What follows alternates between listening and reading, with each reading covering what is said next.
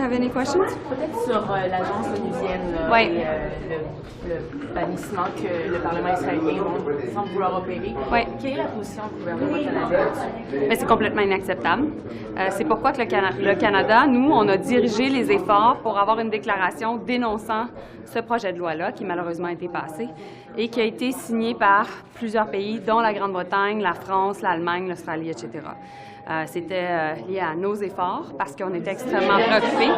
Et c'est pourquoi également j'ai eu une conversation la semaine dernière avec le ministre Ron Dermer israélien et avec mon homologue britannique sur la question, parce que justement, on ne peut pas punir les gens qui reçoivent l'aide, et donc les Palestiniens qui sont présentement à Gaza dans une situation catastrophique. Et on crée un précédent au niveau du droit international, et particulièrement des agences onusiennes, qui est extrêmement dangereux. Quelles sont les prochaines étapes? Vous avez publié un communiqué il y a quelques jours. Qu'est-ce que vous pouvez faire pour essayer de convaincre le Parlement de revenir sur sa décision?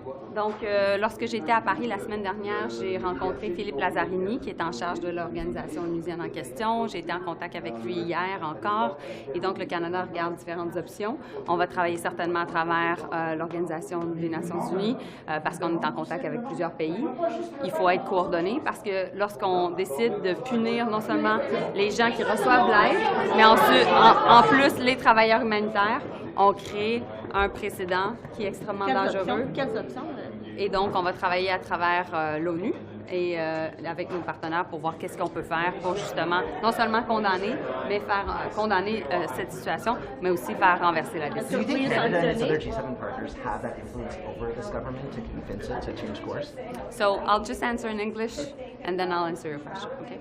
So first and foremost, we were very concerned about this bill that was before the Knesset, and that's why Canada led a declaration condemning the bill that was before the Knesset regarding UNRWA, and following our efforts, many countries signed on to that declaration, including the UK, Germany, France, Australia. I had a conversation last week with the Israeli Minister Ron Dermer. I also had a conversation with David Lammy, the UK Foreign Secretary. So following our efforts to try to change the course of the Israeli government and following what happened, I also was in contact with Philippe Lazzarini, who's the head of UNRWA, as well as many colleagues, and we are looking at the next steps, working through the UN and also seeing what we can do here at home. That being said, this is setting a very dangerous precedent. Why? Because we cannot punish people receiving the aid, which are Palestinians in this case, and that are living in catastrophic situations right now. And also, we cannot punish the work of humanitarian workers who are just trying to help. Now, of course, we know UNRWA had issues, and that's why we think that UNRWA needs to be reformed, and these issues need to be addressed because there needs to be security concerns addressed, but at the same time, fundamentally what we're seeing in Gaza is a humanitarian catastrophe, and that's why we need to make sure that we find a way to get the aid to people who need it. Mr. Joly, should the Speaker Advenant une défaite des libéraux aux élections, allez-vous vous présenter à la chefferie? Bon, là, cette question-là, je l'ai souvent eue. Moi, ce que je vous dis présentement, c'est qu'on a des bonnes conversations au cabinet, une bonne conversation au caucus, et mon objectif est non seulement d'aider le premier ministre à se faire élire, parce qu'au final, ce qu'on veut, c'est qu'on ne batte pas l'IF. Canada-U.S. relations. Canadians seem to, according to polls, trust Mr. Poilievre to better manage that relationship under any future president, including Mr. Trump. What is your counter-argument to that? Well, first and foremost, all eyes are on the U.S. right now, and I'm getting ready, as other ministers, as the Prime Minister, to make sure that we can manage this situation, this relationship that is existential to us, and we will do so. We will be ready, and until then, I'm having conversations with Democrats, having conversations with Republicans, just doing my job as a diplomat. Est-ce que ça va prendre un ministre responsable des relations canado-américaines, ou vous pouvez gérer tout ça comme ministre des Affaires étrangères avec vos collègues, là, évidemment, Mme Ling, puis... Oui, pardon, j'ai Mary Kay qui crie dans mon oreille. Désolée, peux-tu recommencer? Elle, oui. Est-ce que vous pouvez gérer ça dans votre portfolio de ministre des Affaires étrangères ou ça prendrait quelqu'un qui serait dédié à cette relation? Lorsque vient la relation avec les États-Unis, la façon dont notre gouvernement a toujours coordonné, c'est que le premier ministre est en charge, puis en même temps, tous les ministres, on travaille sur différents enjeux parce que c'est une relation qui est extrêmement importante et qui a différents aspects. Je vous explique. Par exemple, moi, je vais travailler avec l'administration en place sur les questions géopolitiques, sur la relation bilatérale. Mon collègue aussi, Dominique Leblanc, va travailler sur les enjeux liés à la frontière. Mon collègue, par exemple, ma collègue Freeland va travailler sur des questions plus économiques. Donc, c'est comme ça qu'on travaille. C'est une façon d'approcher le tout la façon équipe Canada, Team Canada. Puis je pense que ça a été synonyme de succès pour nous. In English, though, that question about whether it deserves its own minister responsible for that relationship, given you just said it's existential. It is existential. That's why what we've done in the past and which has been really, really successful is the Prime Minister is in charge of that relationship, and at the same time, all ministers have key parts to play, including, of course, dealing the geopolitics of the relationship, which is my job, and also the bilateral relationship, but also my colleague Dominique Leblanc, for example, at Public Safety is in charge of dealing with border issues, my colleague Freeland with economic issues. So that's how we work it out. Does it and need more focus, though, minister in charge of all of that? We're all hands on deck, and we know very much that lots of Canadians are preoccupied, but at the same time are preoccupied and hopeful. How do you think it's going to go? Well, of course, Tanda, every journalist in the country asked me that question, and I will just basically say that we will respect what the American people will decide, and we'll be ready. Do you have a bet at home? And you know what? I won't tell you. What are you going to do about the Georgia election? The Georgia election, Yes. not the state, the country. What is Canada going to do about that beyond expressing condemnation? Thank you. So we have, of course, we're following the situation very closely when it comes to what is happening in Georgia.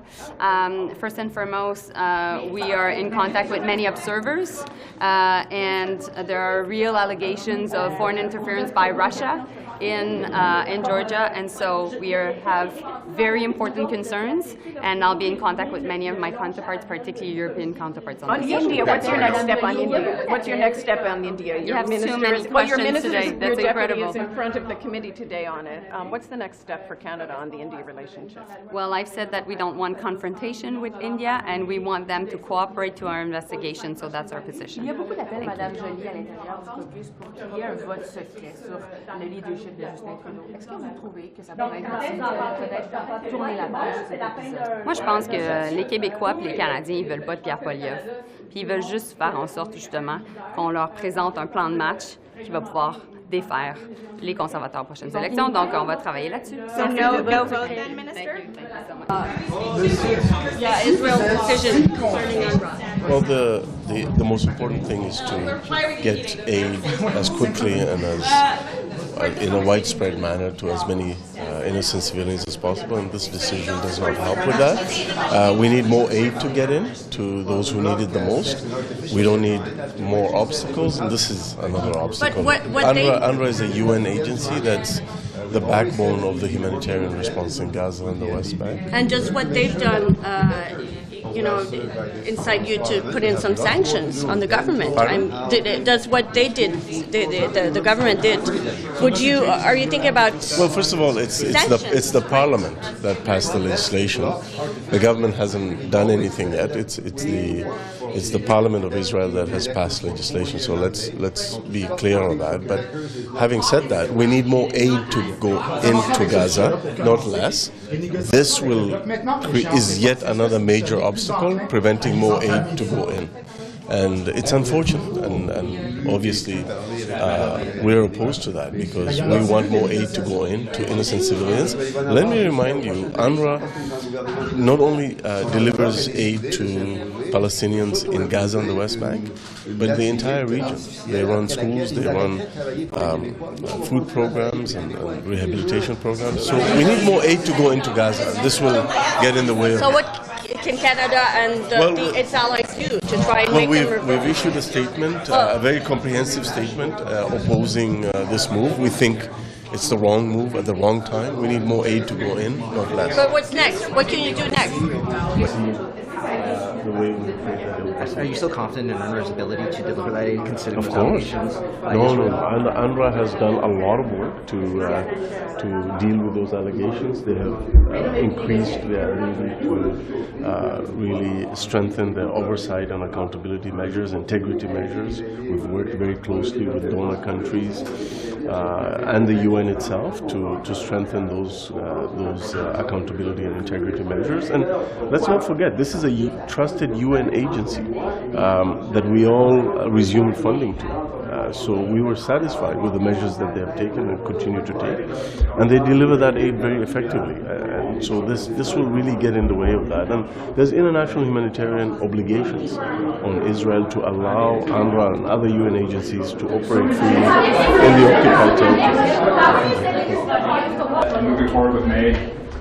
What I say with Quebec is obviously any issue that relates to MAID is complex and very personal.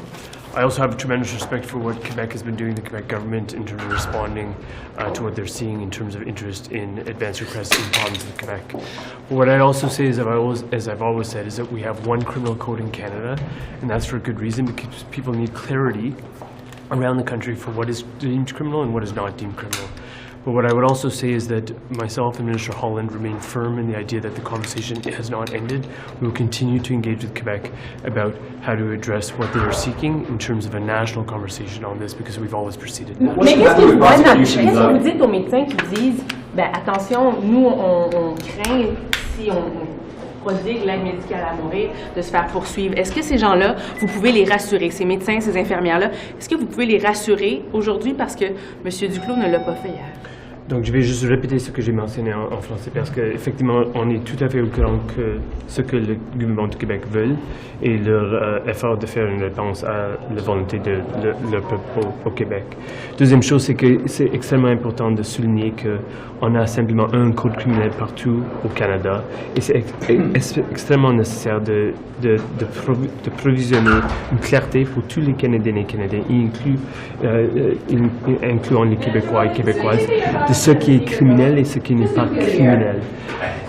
La conversation va continuer de se dérouler. Ce que je peux dire vis-à-vis les infirmières, les médecins, c'est que le code criminel reste ce qu'il est présentement. Donc, on a une prohibition dans ce contexte-là, dans le code criminel. Mr. Ferrada, can you clarify, do you support a secret ballot vote on the Prime Minister's leadership in caucus? I support the Prime Minister's leadership. I support what we are doing as a government. So no secret ballot? No secret ballot? Can you just clarify no secret ballot? Ça vous permettrait pas, un vote secret, ça vous permettrait pas de mettre fin à tout cet épisode de contestation? Est-ce que ça vous permettrait pas de passer à autre chose, de faire un vote secret, que M. Trudeau hypothétiquement l'emporte, et ça vous permettrait de passer plus rapidement à autre chose? Je crois que la chose la plus importante, c'est de vraiment continuer notre travail comme un gouvernement et de faire nos efforts, de promouvoir ce qu'on fait pour les Canadiens en termes d'écouter les Canadiens, et aussi de faire des choses en contraste avec notre position et la position de M. Poilievre. The Bloc deadline. Where does this stand in terms of the Bloc's deadline to move these pieces of legislation forward, and where are your conversations at? Yeah, well, as I've said from day one, we continue with those conversations. Since the House has returned, I've been having productive conversations with all of the House leaders, and I'll continue to do that. Well, what's the latest from your conversation with the Bloc? Yeah, and then Sorry? What was the latest in terms of your conversation with the Bloc? Where have you left it? Well, as I've always said, I don't discuss the contents of the conversations that I have. I don't negotiate in public, but I can tell you that those conversations continue. Ce qu'on entend du côté du Bloc, c'est que ça serait terminé, là, que ça serait la fin des négociations, que vous n'allez pas réussir à respecter leurs exigences pour le 29 octobre. Est-ce que c'est vrai? Bon, moi, je continue avec les conversations toujours. Les conversations sont productives et on va voir comment ça continue. C'est quoi le point d'achoppement? Where does it, like, where do you guys not agree? Like, parce que ce qu'on entend, c'est que ce serait les pensions de vieillesse, que ça serait trop coûteux pour vous. Comme je dis toujours, je ne discute pas le contenu de mes discussions que j'ai avec des autres leaders dans la Chambre, mais je peux confirmer que je continue d'avoir ces conversations. Ils sont productifs. Est-ce qu'il y a des négociations ou il n'y en a pas? Il y a toujours des conversations. Des négociations. Il y a toujours des conversations. How does it move forward when the Bloc says they're going to start talking with other opposition parties to start bringing down your government? How do you even go forward from this? Oh, there's always a way to go forward. Sorry, that doesn't answer the question. Why shouldn't there be a secret ballot? I've already answered that question. No, you're saying that you have open conversations. That doesn't explain why not a secret ballot. People speak their minds and speak their voices in the National Caucus in total confidentiality and in total respect for the diversity of opinions that we have. That we have the pleasure of having. Are you scared of the result? I've just answered that question. I'm sorry. You haven't answered the question. I've just, You're talking about something different. You're talking about open conversations in caucus. Caucus members in the Liberal Party are asking for a secret ballot vote. What I'm telling you is that in the National Caucus, every week that we have the fortune of having one, we have great conversations, open conversations. People are not only They say it's not able enough. to, but are invited to speak openly, which we've done last week and which we'll continue to do, obviously, this week. Sur le bloc, avec les négociations avec le bloc, est-ce que c'est au point mort? Est-ce que c'est fini? On va continuer de travailler avec le Bloc, avec le NPD, mais le Bloc s'est fixé un ultimatum artificiel. Il a dit à partir d'aujourd'hui qu'il arrêterait de travailler pour les Québécois. Nous, on va continuer à travailler pour les Québécois tous les jours qu'on a la chance de le faire. Est-ce que vous êtes d'accord avec leur proposition? Est-ce que vous êtes d'accord avec leur proposition d'augmenter les pensions vieillesse? Pourquoi est-ce que ça marche pas? Pourquoi est-ce que vous êtes capable d'arriver à une entente? Il faut leur demander pourquoi ils ont fixé cette date artificielle. On sait très bien que c'est pas à partir du... Elle est passée maintenant. Et nous, on va faire ce qu'on a toujours dit qu'on allait faire, parce qu'on est en gouvernement minoritaire. On a énormément à faire sur le dentaire, l'alimentaire dans les écoles, le logement, évidemment, qui demande du temps. C'est pas une journée à partir de laquelle on arrête de travailler pour les Québécois. Mais est-ce que ça échoue, juste par rapport, attendez, juste une chose, est-ce que ça échoue parce que vous n'êtes pas capable de dire oui à cette proposition d'augmenter les pensions de vieillesse à hauteur de 3 milliards de dollars par année pour les 65-74 ans? Est-ce que c'est à cause de ça que ça fonctionne? Il faudrait demander au Bloc. Mais non, mais vous négociez avec eux. Nous, on a toujours dit aux Québécois en particulier et au Bloc indirectement qu'on veut continuer à aider les aînés au Québec. On l'a déjà fait beaucoup. Le taux de pauvreté des aînés a baissé de 20 %, mais on sait qu'on peut en faire davantage. Ce qu'on pense, c'est que le projet de loi que le Bloc a déposé n'est pas le meilleur projet de loi parce que ça aide des gens comme moi et M. Blanchette avec des pensions qui vont être largement suffisantes lorsqu'ils vont prendre leur retraite à recevoir davantage d'aide. On n'en a pas besoin de cette aide-là. Des aînés, puis il y en a plusieurs qui ont déjà ou qui auront des bons revenus de pension au cours des prochaines années. L'important, c'est d'aider les aînés qui en ont le plus besoin, les plus vulnérables. Et c'est pas ce que le projet du Bloc, malheureusement. Juste pour revenir sur le vote secret, l'argument de Evan Baker, par exemple, c'est que l'entourage du premier ministre dit que le premier ministre a l'appui de la vaste majorité du caucus. Non. Comment est-ce qu'on le prouve, ça? Pourquoi est-ce que vous refusez de tenir un vote secret? Parce que tout ça se discute au caucus national. Malheureusement, vous ne pouvez pas être invité parce que vous n'êtes pas encore député. Ou un jour, vous serez peut-être. Mais non, c'est pas une bonne blague, là. Mais ce que je veux dire, c'est qu'il y en a beaucoup de gens qui se demandent comment ça se passe, et avec raison, au sein du caucus national du Parti libéral. Mais ça se passe de manière suivante. Ce sont des conversations ouvertes et transparentes. Les gens sont accueillis avec respect, dans le respect de la diversité de leur point de vue. À toutes les semaines, on le fait. Et c'est comme ça qu'on va continuer à le faire. Si vous êtes si confiant que ce caucus est uni, pourquoi ne pas tenir tout simplement ce vote-là? Parce que les députés n'ont pas besoin de voter. Les députés peuvent s'exprimer. Ils vous le demandent. Ils peuvent le dire clairement. Et c'est pas juste quelques députés, c'est tous les députés qui sont invités à s'exprimer.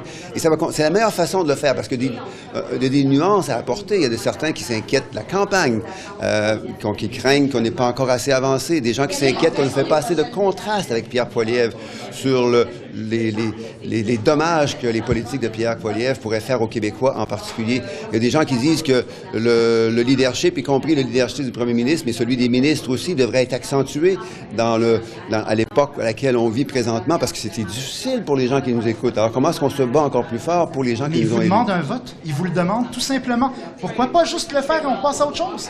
Parce qu'on a encore mieux qu'un vote. On a la capacité. Merci tout le monde. Merci tout le monde. I think your caucus should have a secret vote, just to clear the air. I think we had a good conversation at caucus, and I think we're ready to move on. So. Is your party negotiating with the Bloc right now about OAS? I think we're always trying to figure out ways to make this parliament work. You know, the Conservative Party under Mr. Poilievre has essentially brought the parliament to a standstill. I think we are trying to figure out ways to actually make parliament work. So. Do you think that some MPs, the fact that some MPs keep coming out, you know, to the media and saying we need a secret ballot, why not just have one, just get this settled? Like, you know, you must be tired of it.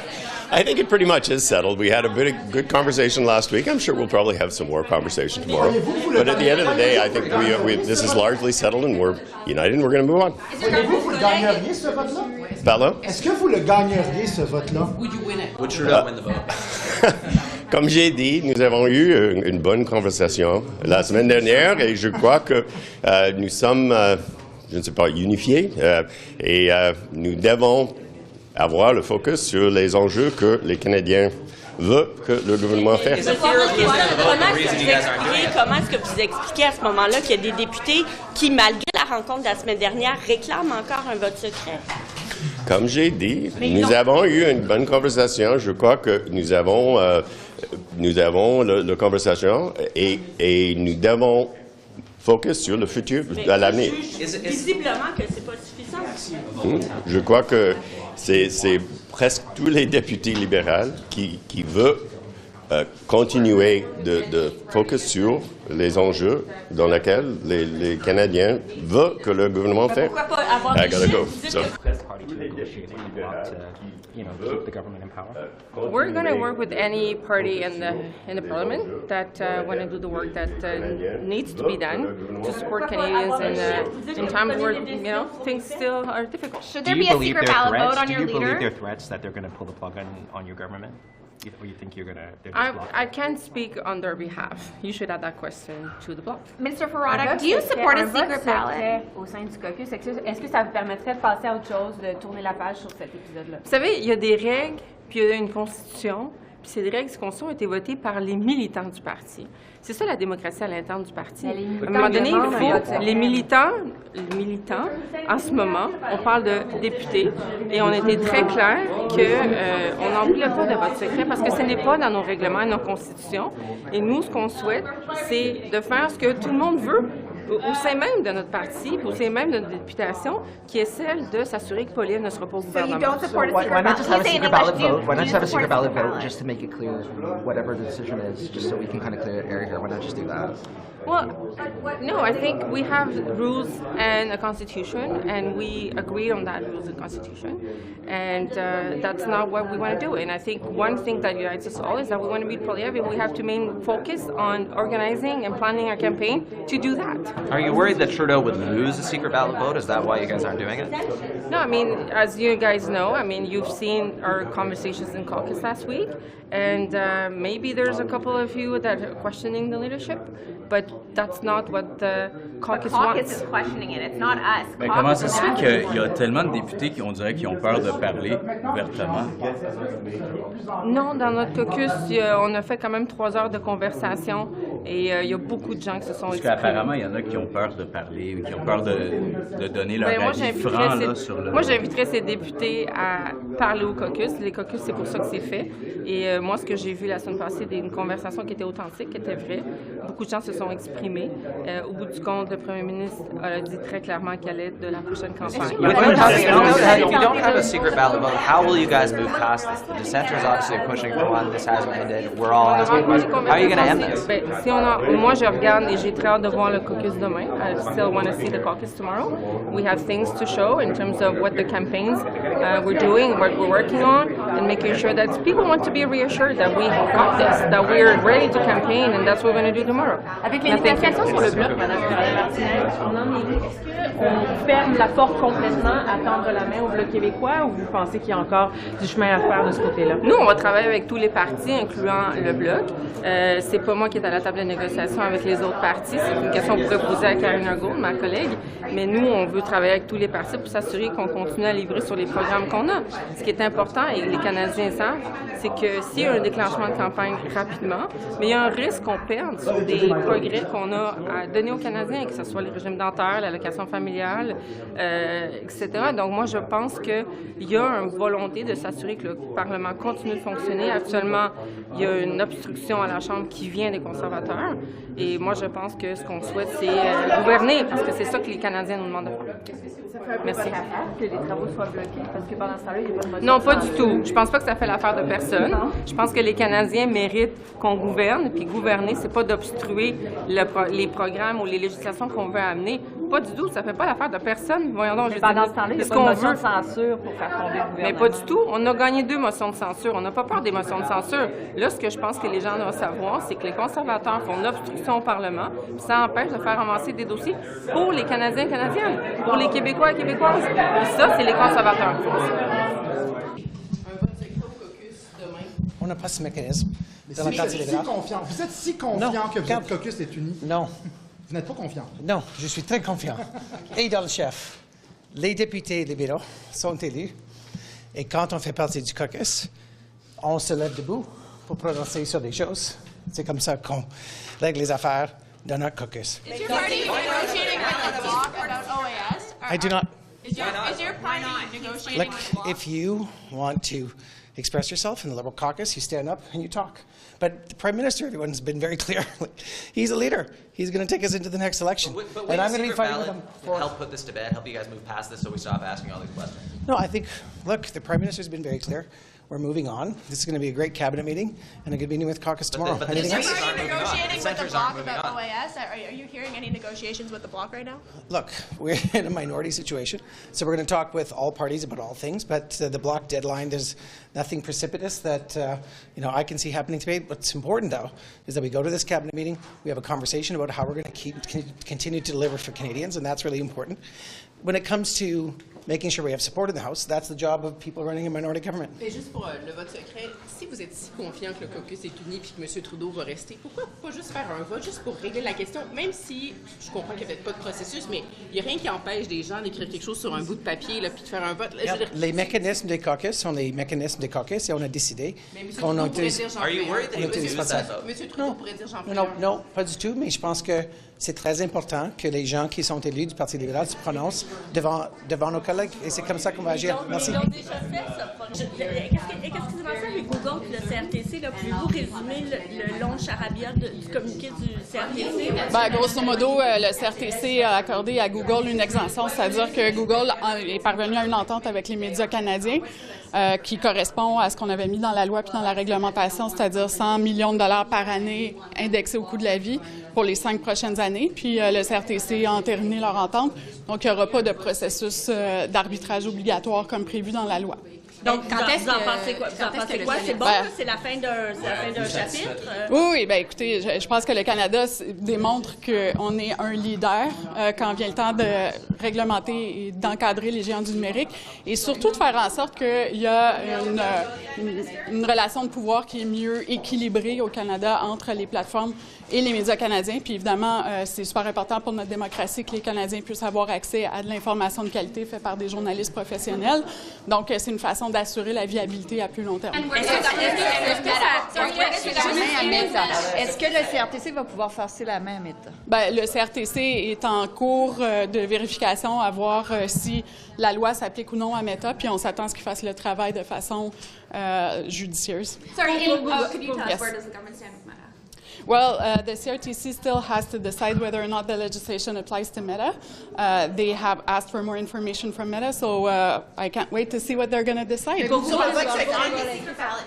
High-speed rail or high-frequency rail? Which one is it? Have you made your mind up? Well, let me just say how exciting it is to think about traveling between Toronto and Montreal in under 4 hours, in under 3 hours. These are the options that we are looking at right now, and I'll say that we're the only G7 country that does not have a system of this sort. And while I don't have any decision to announce today, the options in front of us are extremely exciting because we need to build a robust and efficient transportation system, and this particular option is extremely exciting. And so I look forward to chatting with you more about this. Do you have an idea of the cost? Right now, we are undertaking a number of additional approvals in this entire process, and so all I can say is that we have received 3 very solid bids from expertised suppliers who know the transportation system, who know how to build these very complex rail networks of high-speed and high-frequency rail. And so we need to continue to go through those approval processes before making any type of announcement. Grosso modo. Well, actually, we are the only G7 country that does not have a system of this sort, and this type of system really should have been looked at 40 years ago. And so I'm very excited to be able to be the transportation minister and looking at these 3 proposals now from these expertised suppliers, and really this is extremely exciting for our country. Est-ce que vous avez peur si les conservateurs arrivent au pouvoir que ça soit juste balayé sous le tapis, ce dossier-là? On doit le considérer pour tous les dossiers. C'est pas seulement avec la ministre des Transports. Donc, on doit considérer les conservateurs vont couper nos supports pour les aînés, pour les plus vulnérables. Ma question, c'est est-ce que c'est raisonnable d'annoncer un projet d'envergure comme ça alors qu'il y a une élection qui s'en vient, alors que vous êtes 20 points derrière dans les sondages? Mais il n'y a pas une annonce. Ben oui, vous allez annoncer. Pas encore, oui, il n'y a pas d'annonce. Donc, quelle est la question? Il n'y a pas d'annonce ici. Je suis ici pour dire que ça, c'est un projet très excitant et je suis la ministre des Transports qui... Pas aujourd'hui. Pas aujourd'hui. Combien ça va coûter ce projet-là? Combien ça va coûter à peu près? Even an estimate. S'il y aura une annonce, il y aura des détails à ce moment. Il n'y a pas une annonce aujourd'hui, but I want to stress how important it is for us to recognize the potential for economic efficiency and connectivity in a project like this. Thank you very much. The Bloc, they are now saying, of course, that they are going to be pushing your government to go to an early election. Are you worried by this, that your government's going to fall? Look, in any minority parliament, we have to make sure that we work with other parties on our agenda. Of necessity, anything we wish to pass through the House of Commons requires majority support. So the Bloc will always be a party that we will dialogue with.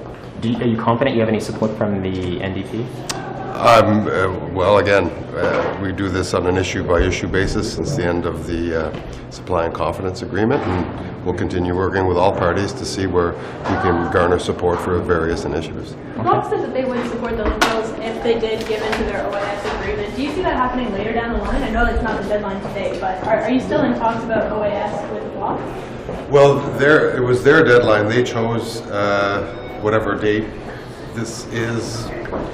In their sole discretion. So, you know, the government obviously has timelines. They, in this case, do not seem to line up with those of the Bloc. Are you confident that you're going to meet their demands at OAS?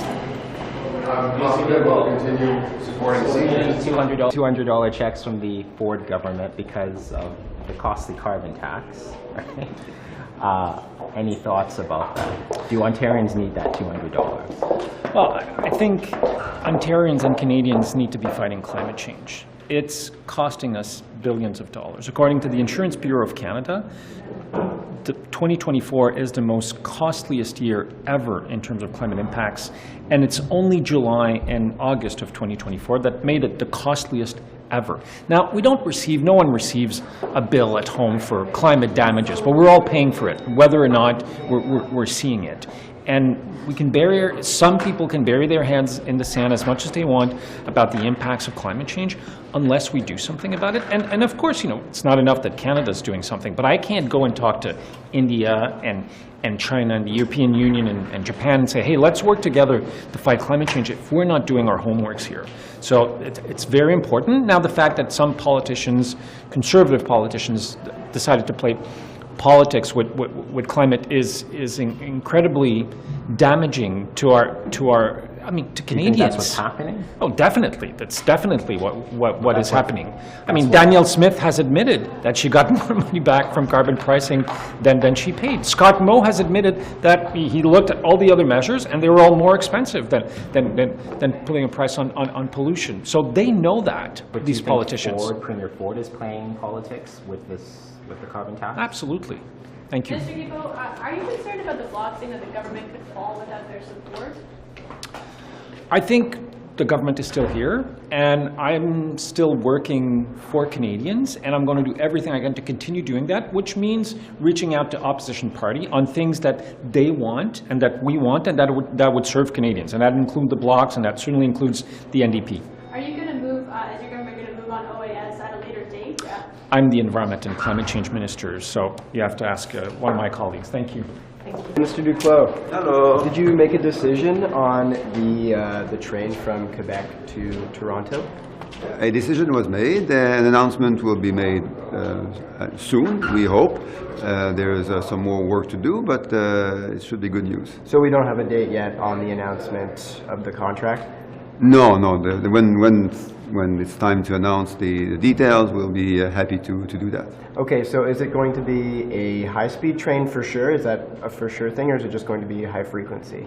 We still have to make that more clear to Canadians. We know that many of them are waiting for more information on something that could revolutionize the way in which we move across Canada in between Quebec City and Toronto. So it's a large portion of the Canadian population that lives in that area, and we look forward to provide more news on that. How many companies were considered for the position? The consortium, there was an invitation for consortia, and 3 of them provided a submission, and we obviously have looked at those, and we'll provide more information and more precision on that as soon as we can.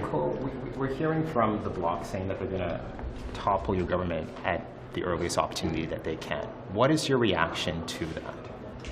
Well, I think it's unfortunate because they have fixed an artificial deadline after which they said they would not be working anymore for Quebecers and other Canadians more generally. But we will continue to work for Quebecers and other Canadians because that's what the mandate that they gave us is asking us to do. So we're not going to stop doing the work we need to do on dental, on housing, on farmer care, on daycare, just because there was an artificial deadline imposed by an opposition party. Having said that, we will need to keep working with opposition parties because we are in a minority government, so the work that we need to do for Canadians requires support from opposition parties. What kind of support do you have from the NDP? Are you confident in their support? We've worked really well with the NDP over the last few years. We've been able, with their support, to do great things, like the 2.7 million Canadians that now have dental insurance. That's because we were able to work with the NDP. Fortunately, there is even more we can do in 2025 on dental care. We will invite all Canadians between 18 and 64 who are eligible to register with the Canadian Dental Care Plan.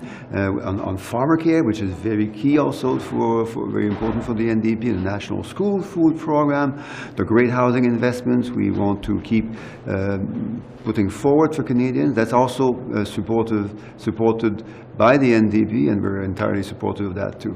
Why? So just help me understand that you're still negotiating with the Bloc. Why haven't you been able to come to an agreement, or have you just been unable and you're not going to come to an agreement? Well, this is a continuing discussion that we are having with them. It's not as if on one day we have agreed on everything we need to do for the weeks and the months to come. This is a minority government, so we need to keep adjusting our actions and our work for Canadians, and that's what we'll keep doing in the next weeks and months. So last question. If you haven't been able to come to an agreement, it's been weeks and weeks and weeks of negotiation, what hope is there that you'll be able to come to one? Like what still gives you hope? Well, I'm very hopeful because I believe that all members of Parliament understand that we've been given a 4-year mandate. Most Canadians want that 4-year mandate to be completed.